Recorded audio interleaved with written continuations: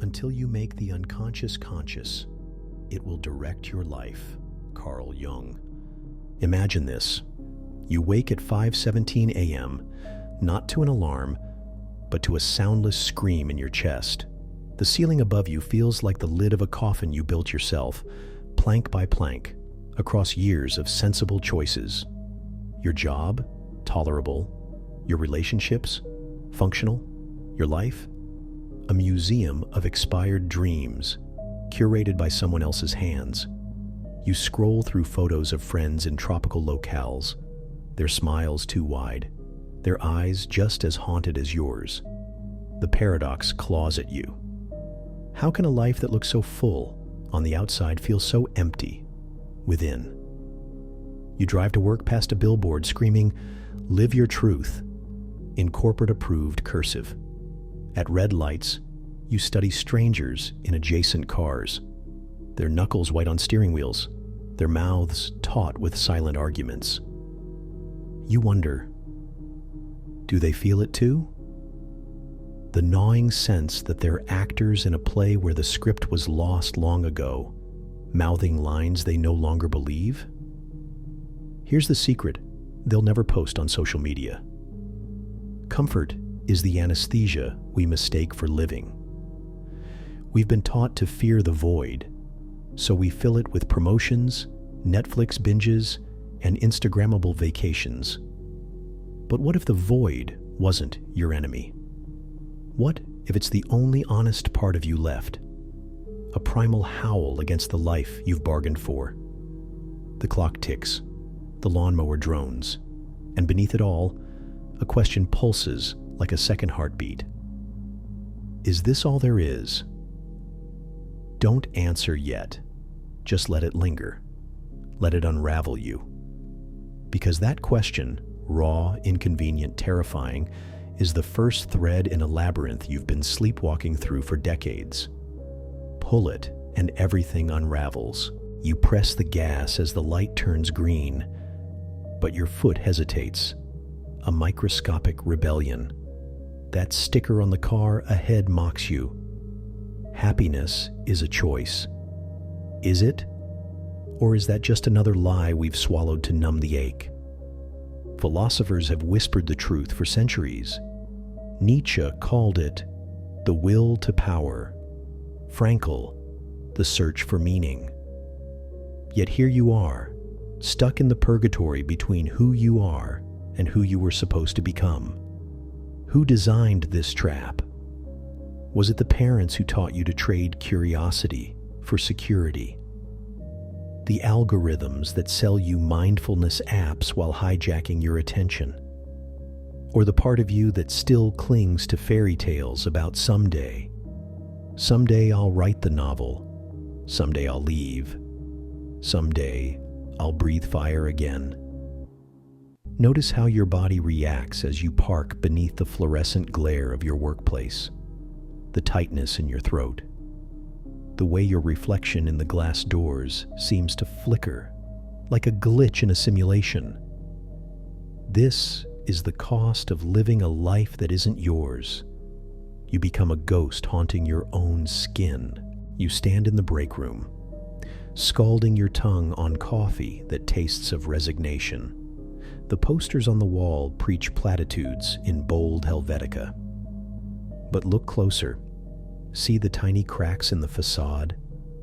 The doodled noose. The janitor's paused mop. The way your colleague's laughter rings just a half beat too long, like a record player skipping. We've all signed an invisible contract. Pretend. Perform. Persevere. But at what cost? Jung warned of the shadow self, the disowned parts of you that fester in the dark. They don't vanish, they metastasize. That unexplained rage during traffic, the vertigo when you hold a newborn, the recurring dream where your teeth crumble to dust. These aren't malfunctions, they're mutinies. You return to your desk. The screen glows with unread emails. Somewhere, a bird crashes into glass, a thud that no one acknowledges. This is the great unspoken tragedy of our age. We've built a world that runs on the fuel of self-betrayal. And you're finally waking up to the smell of smoke. You've always been told the world makes sense, that if you follow the rules, study, work, marry, consume, you'll find peace.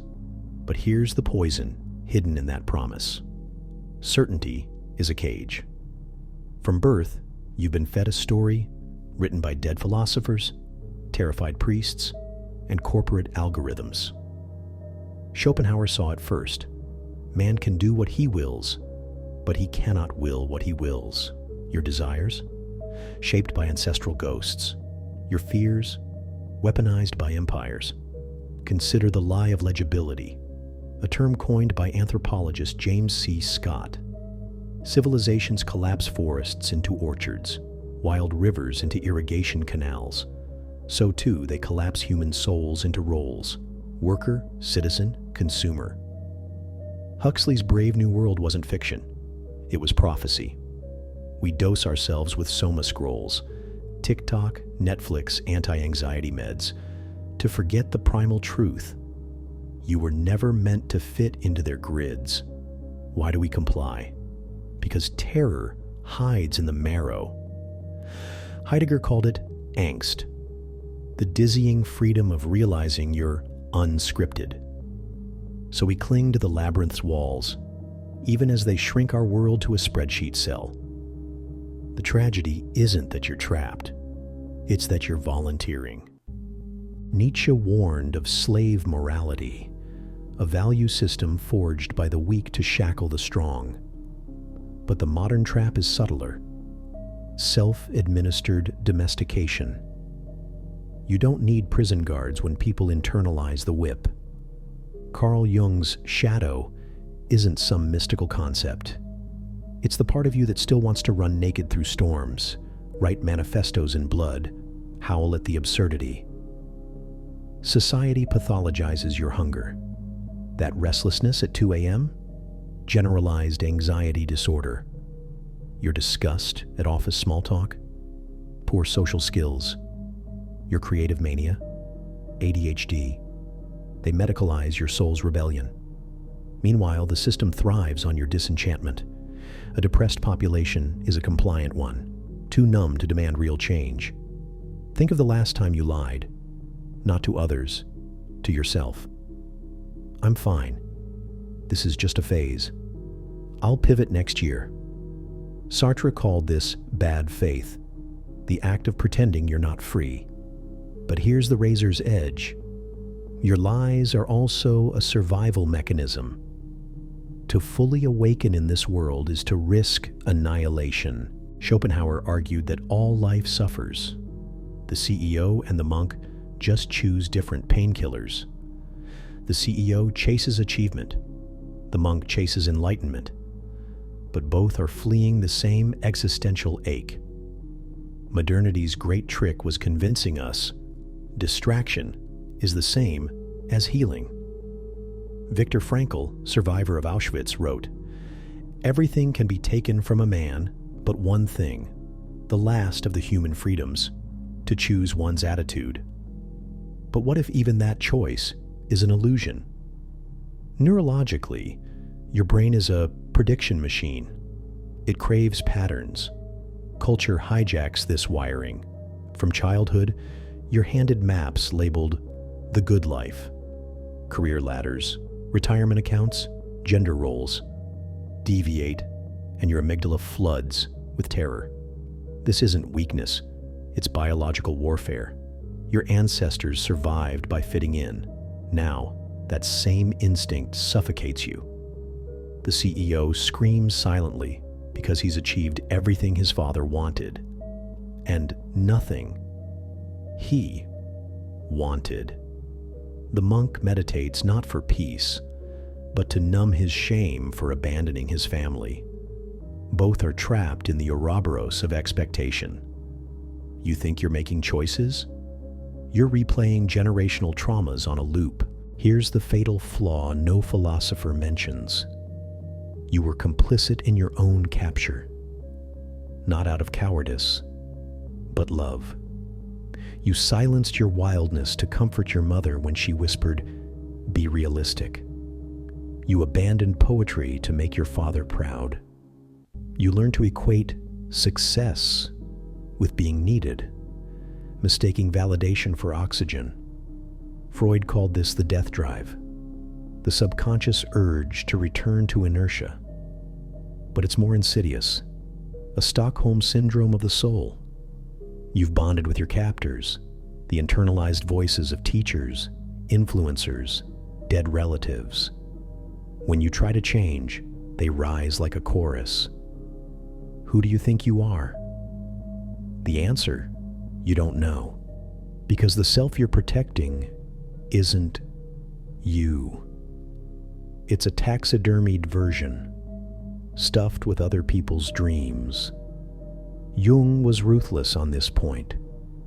Until you make the unconscious conscious, it will direct your life, and you will call it fate. The city never sleeps, but neither do its prisoners. Every billboard, every notification, every algorithm is designed to exploit your deepest insecurities. You scroll through curated lives, comparing your behind the scenes to their highlight reels. The result? A psychological arms race where no one wins. Jean Baudrillard called it hyper-reality, a world where simulations replace the real and you no longer know what you truly want. The consequences are everywhere. Your relationships, transactional, your politics, polarized, your dreams, commodified. Even your grief is monetized. Therapy apps, self-help gurus, wellness retreats. The system doesn't just profit from your suffering, it depends on it. A content population doesn't buy, doesn't strive, doesn't obey. And yet, you participate. Not because you're weak, but because the alternative feels like stepping off a cliff. The child's balloon, your imagination, floats away, and you barely notice. Because noticing would mean admitting what you've lost. You think you're free because you can choose your brand of coffee or your streaming service. But freedom isn't about options. It's about authorship. Viktor Frankl wrote, "Between stimulus and response, there is a space. In that space is our power to choose our response." But what if the space itself has been colonized? From birth, you're funneled into systems designed to strip you of agency. Schools teach compliance, not curiosity. Jobs demand productivity, not passion. Even your leisure is scripted. Binge watching, doom scrolling, performative activism. The assembly line never stops. And when you try to step off, the strings tighten. Debt, expectations, fear of failure. The irony? The system convinces you this is freedom. You're free to work 80 hours a week, free to monetize your hobbies, free to optimize every second of your life. But real freedom, the kind that terrifies those in power, is the freedom to not participate. The consequences aren't just personal, they're generational. Your parents passed down their unfulfilled dreams like heirlooms. Now, you're doing the same. The dinner table, once a place of connection, is now a silent battleground. The clock spins because time is the one resource you can't replenish. And the candle? It's your soul's last stand against the void. Technology promised connection, but delivered isolation. Social media promised community, but bred envy. Capitalism promised abundance, but left you empty. The system thrives on your fragmentation. A divided self is easier to control. A divided family is easier to exploit. A divided society is easier to rule. And yet you cling to the illusion of control.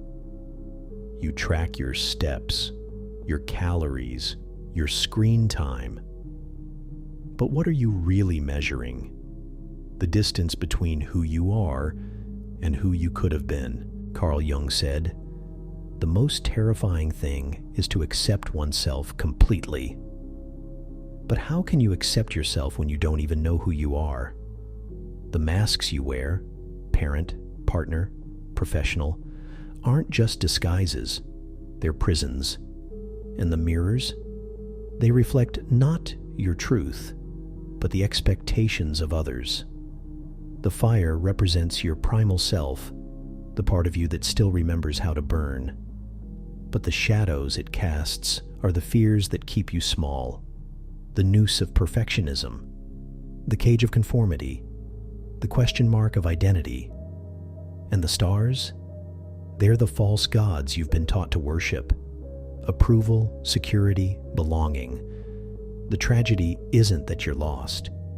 It's that you've been taught to fear being found. Because to find yourself is to confront the terrifying truth.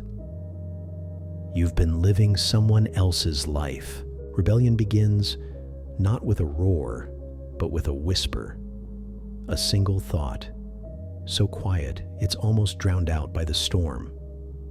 What if I stopped pretending, stopped performing, stopped living a life that feels like a poorly written script? The cliff's edge isn't a threat, it's an invitation. To leap is to trust that the fall won't kill you, but the staying might. Nietzsche said, "You must have chaos within you to give birth to a dancing star." But chaos is terrifying. It means letting go of the scripts, the masks, the safety nets. It means staring into the void and realizing the void has been staring back, not with malice, but with possibility. The lighthouse in the distance?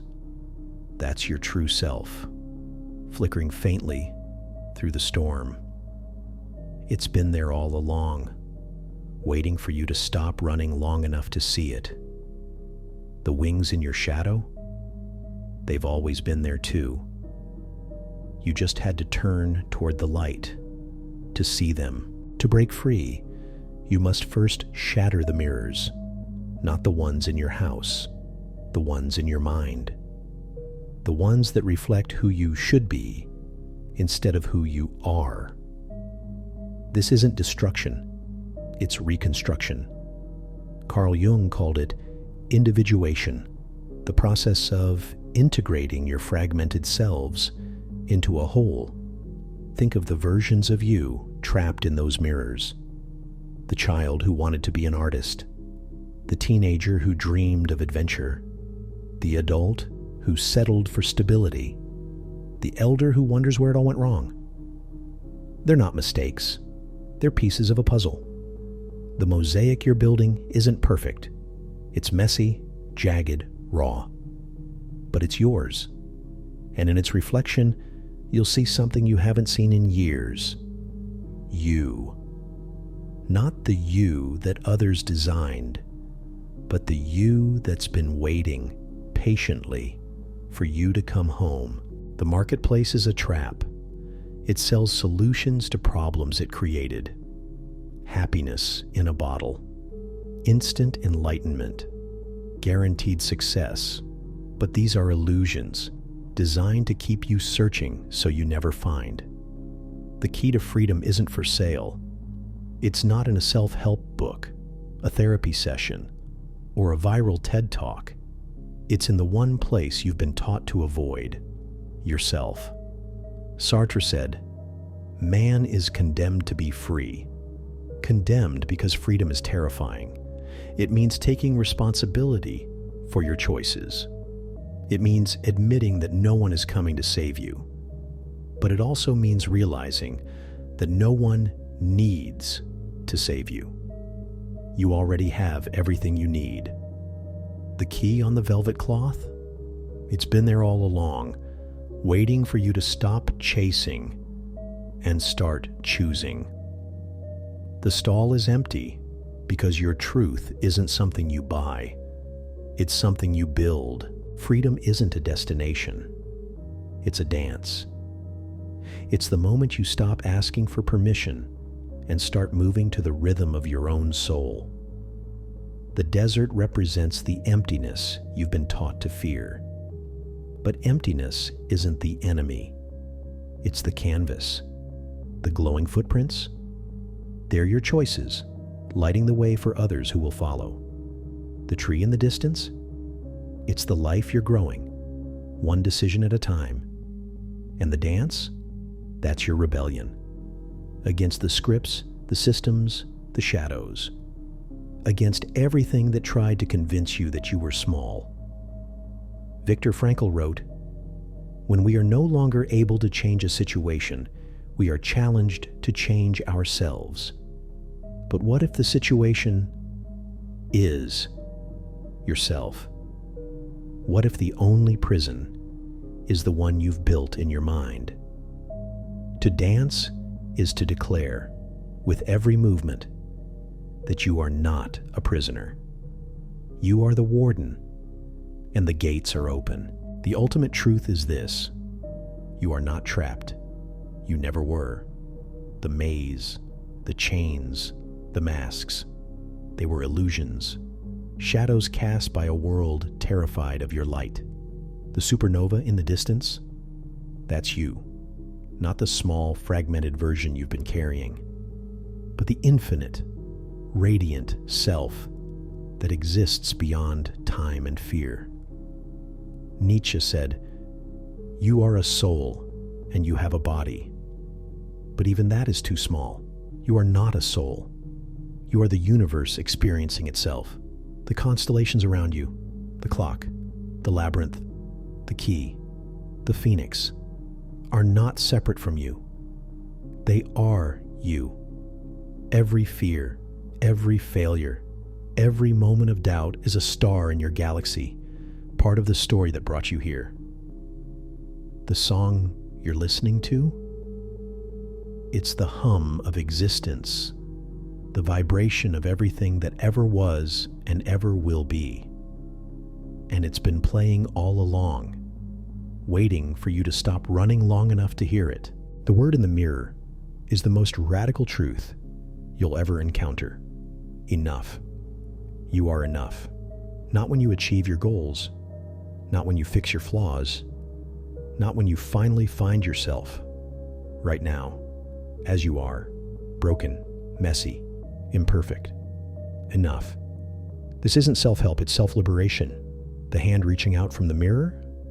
That's your true self, finally breaking through the surface of who you thought you had to be.